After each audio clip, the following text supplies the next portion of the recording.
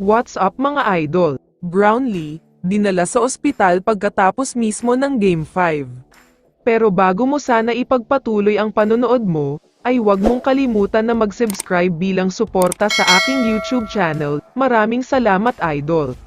Update lang tayo sandali tungkol kay Jody Vance, dahil maraming mga fans ang nagtatanong kung ano nga ba ang nangyari sa kanya, at bakit hindi man lang siya naglaro sa crucial Game 5 kung saan hirap na hirap sila. Ayon sa reports mismo ng PBA, may injury daw sa tuhod itong si Jody Vance, malaki nga daw ang chance na hindi pa rin siya maglalaro sa Game 6, kaya mabigat talaga ang problemang ito para sa Ginebra.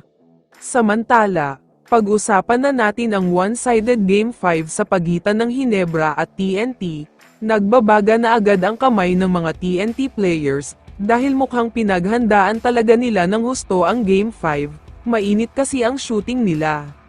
Sa first quarter pa lang ay halos pumapasok na lahat ang mga tire nila, nakakasabay naman kahit papaano ang Ginebra dito, pero ibang klase talaga ang energy ng TNT lalo na sina RHJ at Kelly Williams.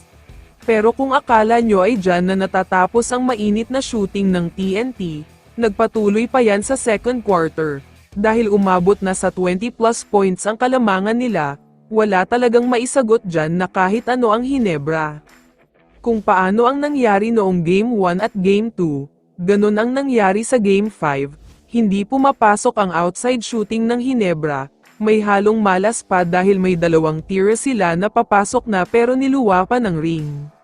Sa third quarter naman, ito na ang hinihintay ng mga Ginebra fans dahil nagkaroon na ng mini run ang paborito nilang team, gumawa sila ng 8-2 run, kaya naman todo na ang pag-cheer ng mga fans.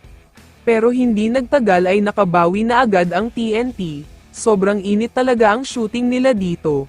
Kahit anong ibato nilang tira ay pumapasok talaga, kaya umabot na sa 30+ points ang kalamangan nila dito.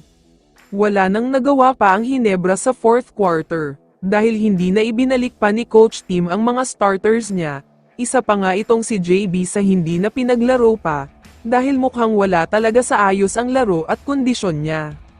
Kaya after ng laban ay may mga kumakalat na post at sinasabing dinala daw siya sa ospital, nahihirapan daw kasi siyang huminga. Kung totoo man ang mga balitang ito ay mukhang ito ang dahilan kung bakit medyo masama ang laro niya.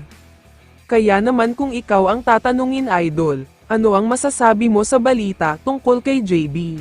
I-comment mo naman ang sagot mo sa tanong na ito. So dito na nagtatapos ang video na ito. Maraming salamat sa pagsuporta at panonood mga idol. Ingat at bye-bye.